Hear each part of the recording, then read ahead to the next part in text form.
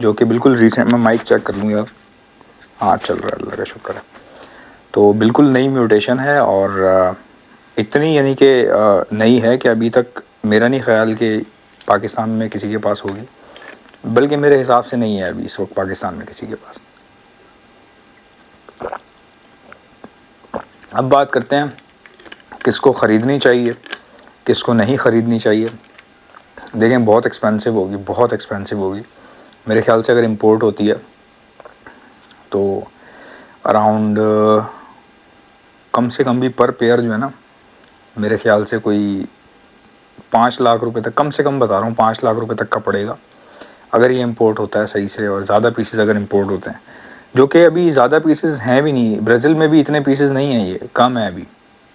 1-2 لوگ ہیں ان کے پاس یہ نکلنا شروع ہوئے ہیں, بلکہ ایک آدمی تھا پہلے اس کے پاس نکلے تھے, تو پھر اس نے کسی کو دیا ہوگا 1-2 کو, تو اس کے بعد پھر ایک اگلا بندہ اس کے پاس نکل رہا ہے.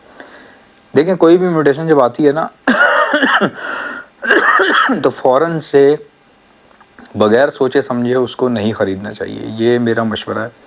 کوئی بھی نئی میوٹیشن آتی ہے تو بغیر سوچے سمجھے نہیں, اس میوٹیشن کو تھوڑا سا پرفارم کرنے دیں, دوسروں کے ہاتھوں میں اس میوٹیشن کو تھوڑا سا پھلنے پھولنے دیں کہ وہ میوٹیشن جو ہے وہ دوسرے کے پاس کیسا پرفارم کر رہی ہے, اس کا بریڈنگ بیہیویئر کیا ہے, اس کی مارکیٹ ویلیو کیا ہے.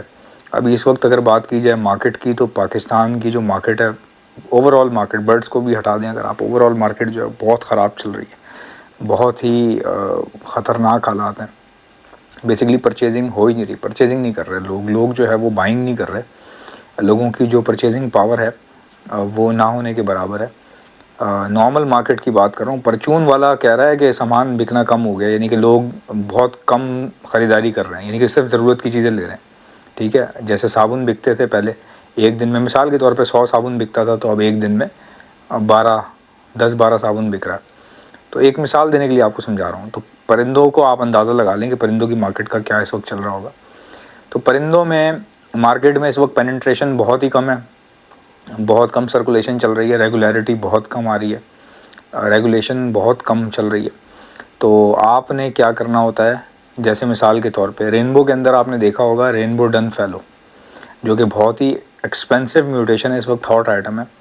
تو اس کو میں آپ کو خریدنے کا مشورہ دے سکتا ہوں کہ آپ وہ لے سکتے ہیں. اس کی وجہ یہ ہے کہ ڈن فیلو جو ہے نا, رینبو ڈن فیلو, یہ اکا دکا لوگوں کے پاس میں دیکھ چکا ہوں پاکستان میں 1 سے 2 لوگوں کے پاس میں دیکھ چکا ہوں.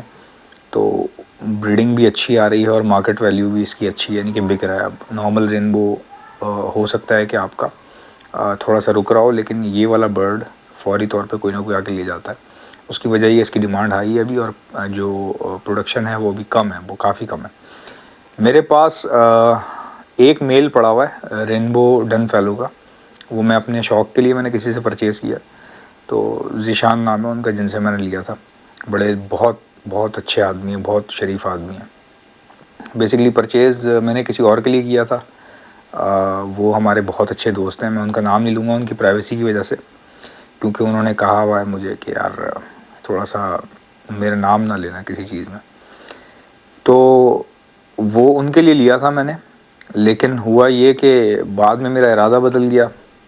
تھوڑا سا میں نے سوچا کہ میرے پاس کچھ برڈز ہیں ان کے ساتھ لگا لوں گا, تو میں نے تھوڑی سی چیٹنگ کی ان کے ساتھ. میں نے کہا یار یہ برڈ جو ہے نا آپ مجھے دے دیں. پرچیز میں نے ان کے لیے کیا تھا, لیکن پھر میں نے ان کو بعد میں کہا یہ برڈ مجھے چاہیے. تو انہوں نے کہا لے لو برڈ. تو میں نے وہ برڈ رکھ لیا اپنے پاس. تو اب دیکھتے ہیں ان شاء اللہ تعالیٰ کیا ہوتا ہے کیا نہیں ہوتا. تو وہ چیز جو اگلے کے پاس آپ تھوڑا سا اس کو دیکھ لیں کہ باقی لوگوں کے پاس وہ کیسا پرفارم کر رہی ہے, اس کی مارکیٹ کیسی چل رہی ہے, وہ چیز جو ہے اس کا اسکوپ لوگوں میں کیا نظر آ رہا ہے. اس چیز کو پتہ چلنے میں تقریباً میرے خیال سے 2 سے 3 سال لگ جاتے ہیں. کسی بھی برڈ کی اچھی پرفارمنس دیکھنے میں کم سے کم, چلے 3 سال تو خیر بہت زیادہ ہیں یار, میرے حساب سے کم 1-2 سال ویٹ کرنا چاہیے.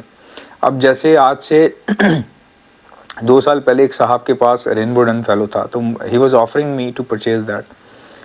تو بٹ آئی ریفیوزڈ ہم because that was too expensive for me at that time and I was not able to understand the market value of that bird. So that's why this was the reason that I refused them.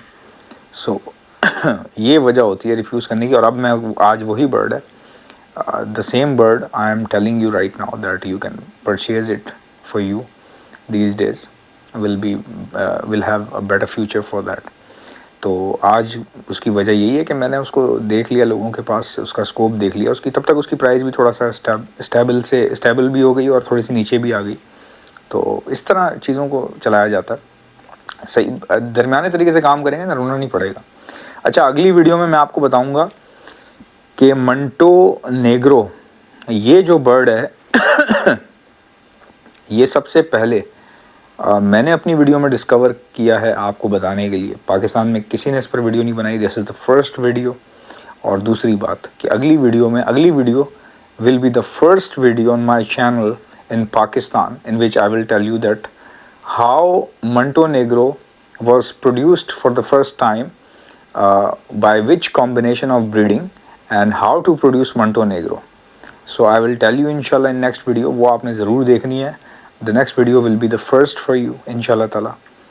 See you next time. اللہ حافظ.